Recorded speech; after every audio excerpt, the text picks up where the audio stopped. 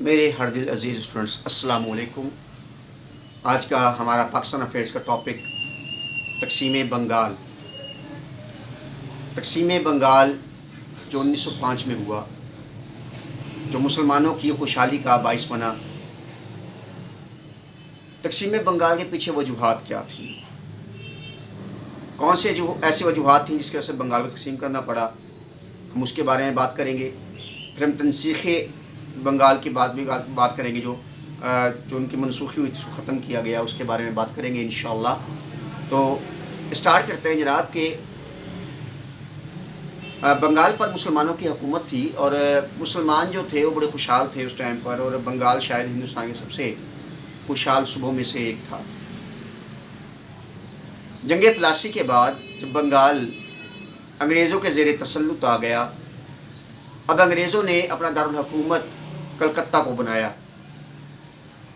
اور کلکتہ کے جو تھا وہ باقی علاقوں سے بنگال کے بہت زیادہ دور تھا، خاص کر مشرقی بنگال کے علاقوں سے، تو وہاں پر بہت برے حالات پیدا ہوتے جا رہے تھے۔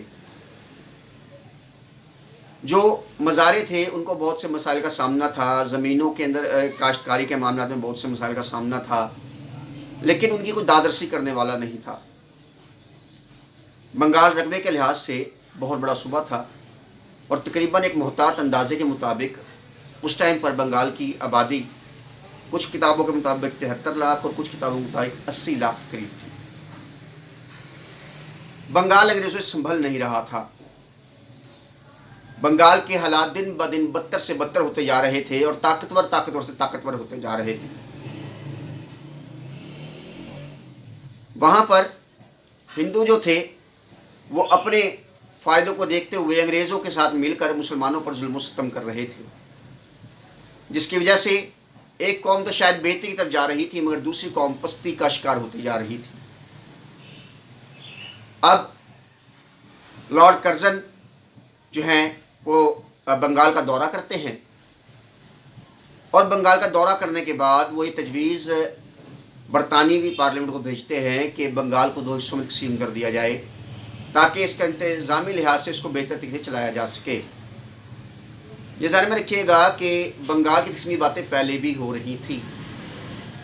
اب لارڈ کرزن کی اس تجویز کو منظور کر لیا گیا، اور 1905 کو بنگال کو تقسیم کر دیا گیا۔ مسلمانوں نے 24 اکتوبر کو یوم تشکر منایا، اور انہوں نے انگریز حکومت کا شکریہ ادا کیا کہ انہوں نے مسلمانوں کو یہ موقع دیا، کیونکہ مشرقی بنگال جو تھا وہاں پر مسلمانوں کی آبادی ہندوؤں کی نسبت زیادہ تھی، اور مسلمان اپنے حالات کو بہتر کر سکتے تھے، اور یہی ہوا کہ مسلمانوں نے اپنے حالات کو بہتر کرنا شروع کیا، ان کی زندگی میں خوشحالی آنا شروع ہوئی۔ لیکن دوسری طرف جو مغربی بنگال تھا وہاں پر ہندوؤں کو مسلمانوں کی خوشی راس نہ تھی۔ یہاں پر کانگریس نے بھی اپنا رول ادا کیا، اور سوادیشی تحریک کا آغاز کیا گیا۔